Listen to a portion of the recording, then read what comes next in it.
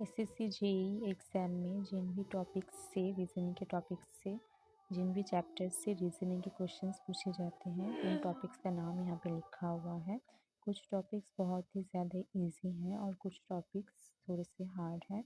उन्हें बहुत ज़्यादा प्रैक्टिस की ज़रूरत है, ट्रिक्स और टिप्स फॉलो करने की ज़रूरत है। कुछ टॉपिक्स ऐसे भी हैं जो रोज़ आप प्रैक्टिस करके खुद से भी कर सकते हैं, टीचर की ज़रूरत नहीं होती है। जो टॉपिक्स इजी है खुद से किया जा सकता है। कोई भी प्रीवियस ईयर्स क्वेश्चंस का बुक लेके, जैसे कि किरण का भी ले सकते हैं। तो रोज़ खुद से प्रैक्टिस करने से उनमें से अगर क्वेश्चंस आए तो 3 to 4 मार्क्स तो कंफर्म है एग्ज़ाम में। जैसे कि वर्ड बेस्ड एनालॉगी से एसएससी रिसेंटली एसएससी जेईई के किसी किसी शिफ्ट में 3 to 4 क्वेश्चंस आए हैं।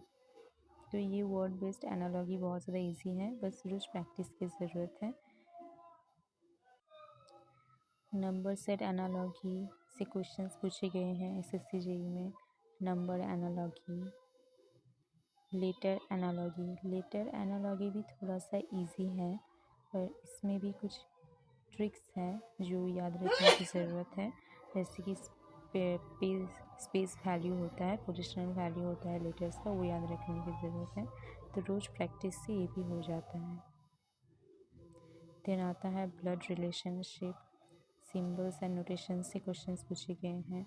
ब्लड रिलेशनशिप से पूछे गए हैं। क्लासिफिकेशन में based on odd numbers, classification मतलब वर्बल क्लासिफिकेशन जो चैप्टर है उससे एक भी क्वेश्चन पूछा नहीं गया है।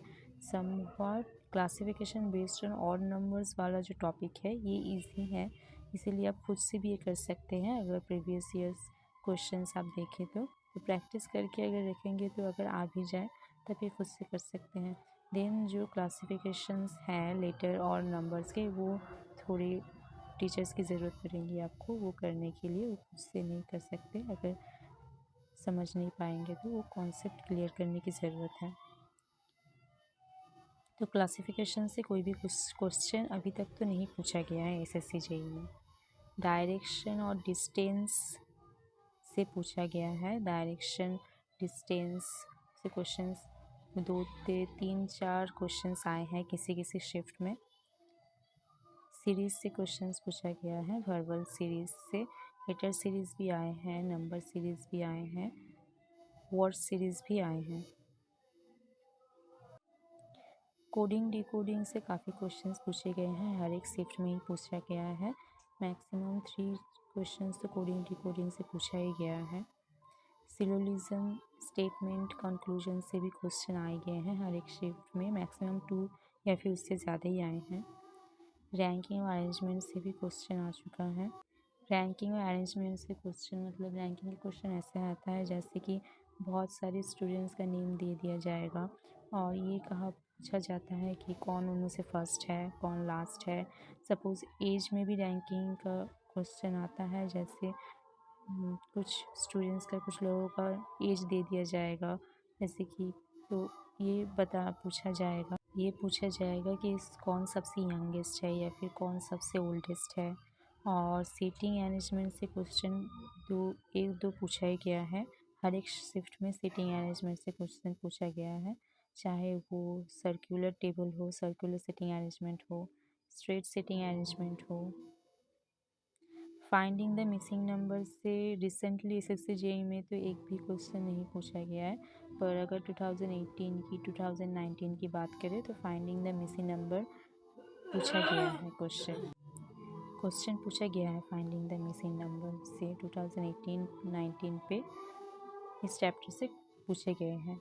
तो ये भी कर लेना ज़रूरी है क्योंकि जो एग्ज़ाम 2023 में होने वाला है एसएससी जेईई का, वो पूछे जा सकते हैं।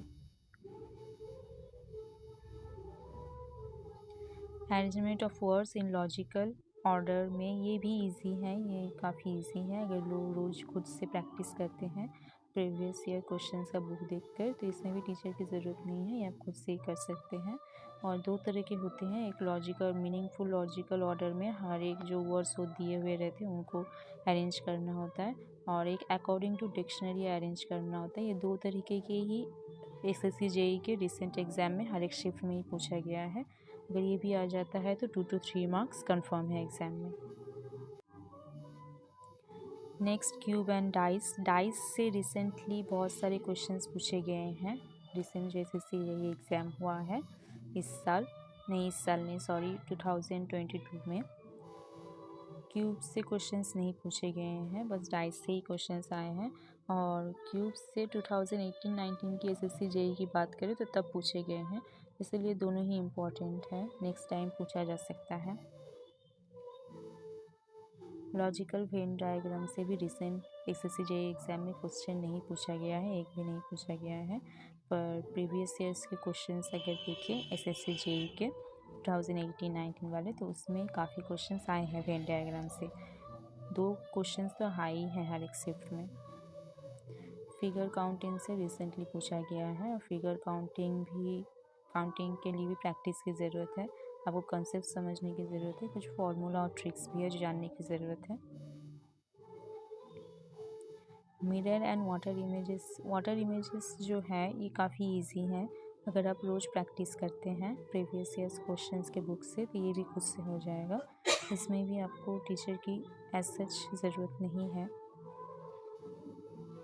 वाटर इमेज से तो एक भी क्वेश्चंस नहीं आया है, रिसेंटली भी नहीं आया है। और प्रीवियस ईयर्स जो क्वेश्चंस है एसएससी जेई के 2018 2019, वहाँ भी वाटर इमेज से कोई क्वेश्चन पूछा नहीं गया है, बस मिरर इमेज से क्वेश्चंस आए हैं। 2 क्वेश्चंस भी किसी किसी शिफ्ट में पूछे गए हैं, तो ये बहुत ज़्यादा इजी है। अगर ये भी आप कर लेते हैं तो आपके 2 मार्क्स तो कंफर्म है। पेपर कटिंग फोल्डिंग से रिसेंटली पूछा गया है, इसमें भी प्रैक्टिस की ज़रूरत है। कंप्लीशन ऑफ फिगर जो चैप्टर है ये काफ़ी इजी चैप्टर है, इसमें भी रोज़ प्रैक्टिस करेंगे तब खुद ही समझ पाएंगे क्या करना पड़ रहा है। और इससे भी बहुत 2 क्वेश्चंस पूछे गए हैं हर एक शिफ्ट में, बहुत ज़्यादा इजी है, इसमें भी 2 मार्क्स कंफर्म है। एम्बेडेड और हिडन फिगर जो है ये भी काफ़ी इजी है, इससे भी रिसेंटली एग्ज़ाम में पूछा गया है, प्रीवियस ईयर क्वेश्चंस में पूछा गया है। इसमें भी आप खुद से ही प्रैक्टिस कर सकते हैं रोज़। वर्ड फॉर्मेशन ये काफ़ी इजी चैप्टर है, पर इस चैप्टर से अभी तक एसएससी जेई में कोई भी क्वेश्चन पूछा नहीं गया है, रिसेंटली भी नहीं पूछा गया है। 2018-19 प्रीवियस ईयर्स एसएससी जेई के क्वेश्चंस में भी नहीं पूछा गया है, पर ये इजी है, इसको आप अगर रोज़ खुद से करें तो तब भी हो जाएगा। आप 2 to 3 क्वेश्चंस अगर रोज़ खुद से करते हैं तो आप समझ पाएंगे कि क्या किया जा रहा है, काफ़ी इजी चैप्टर है। अगर कभी कभार क्वेश्चंस आ भी जाता है तो आपको प्रॉब्लम नहीं होगी। ये सारे चैप्टर्स अगर आप कर लेते हैं, इन सारे चैप्टर्स का आइडिया अगर आपको हो जाता है, अगर आपको प्रॉब्लम होती है रीजनिंग में, अगर आप रीजनिंग में न्यू हैं, तो अगर इन सारे चैप्टर्स के ऊपर अगर आप काम करते हैं तो आपको एसएससी जेई में प्रॉब्लम नहीं होगी और कट ऑफ उठाने में भी प्रॉब्लम नहीं होगी।